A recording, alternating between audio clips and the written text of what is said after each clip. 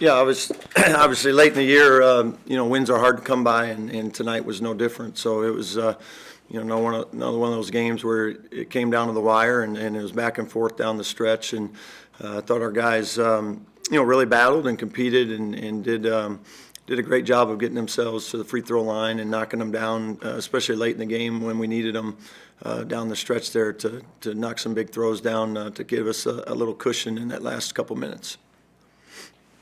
Yeah, like you said, it was just kind of an odd feel. They made 8 more shots than you guys, but then you took 36 free throw attempts. I mean, just now that you've had some time after the game, what was that difference that made it so you guys had the edge in the end, even though numbers-wise, I mean, their numbers are pretty darn good. Yeah, I thought Bradley did a really good job on us on the half court, especially made things really difficult. He had a hard time getting a lot of clean looks and finishing. I do give our guys credit. I thought they did a nice job of really being in attack mode the whole night and forcing the issue a little bit.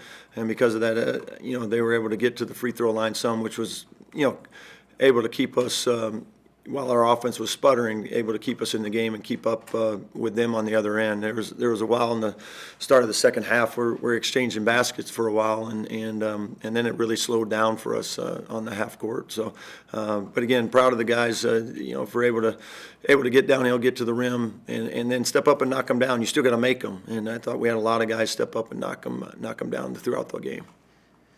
For DJ, this was kind of another one of his games where he didn't shoot super well, but it's almost a surprise to see that he was 3 for 13 because his impact was so big on the game. Yeah, he was really strong the first half. The second half, he couldn't quite find it. And some of those shots were, again, because of Bradley was so good defensively. Shot clock's running down, and DJ was stuck with the ball, and he had to fire one up pretty challenged late. So, again, you have to give Bradley a lot of credit for how aggressive they were defensively and slowing us down in some of those aspects. Could you kind of speak to the post battle between Childs and McGlynn? They were really going at it tonight. Yeah. I thought Childs was awesome tonight at the offensive end and at the other end too. I thought he really competed and battled hard, and he ended up with 24, and he's tough because he puts you in a lot of ISO situations where he's 10 to 12 feet off the block, and if you come double, got Cannell and Brown spotted up, so you kind of got to pick your poison because they got a lot of weapons, and I thought he really took advantage of that tonight and was able to be really effective down there. And at the other end, I thought he did a great job of making McGlynn's catches tough and really fought him throughout the night and made things really tough on Nick.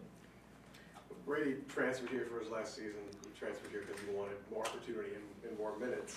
I just find it funny that now he's playing literally every single minute. Just why is he the type of guy who you can have out there for all 40 minutes and you want out there for all 40 minutes?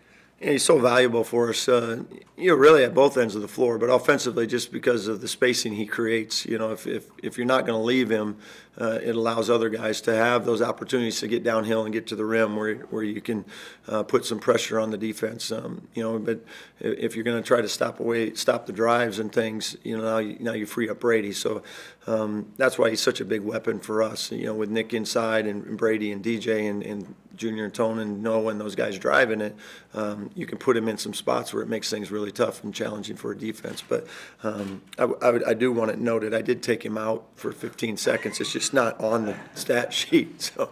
Okay. Coach Garrett starts 19 minutes. It feels like he was on the floor the whole game. I mean, this is 2 games in a row now. He's made some big, gritty plays right down to the middle of the end of the game. So what's it like to have a player you can lean on towards the end of the game in those crunch time situations like that? Yeah, I love Garrett. I love Garrett, what he brings to the table for us. I could sit him on that bench for 38 minutes and there'd be 2 minutes to go in a tie game and I'd stick him in because he's going to go make a winning play. That's what he does. And whether it be making a big free throw, late in the game there, breaking the press, throwing it ahead to Nick, it's subtle, but, it's a big play for us. And he knocked down 2 free throws again. So he just does so many intangible things that, aren't real flashy and all that stuff, but that he makes so many winning plays for us. And that's why he's out there, because he does all those things.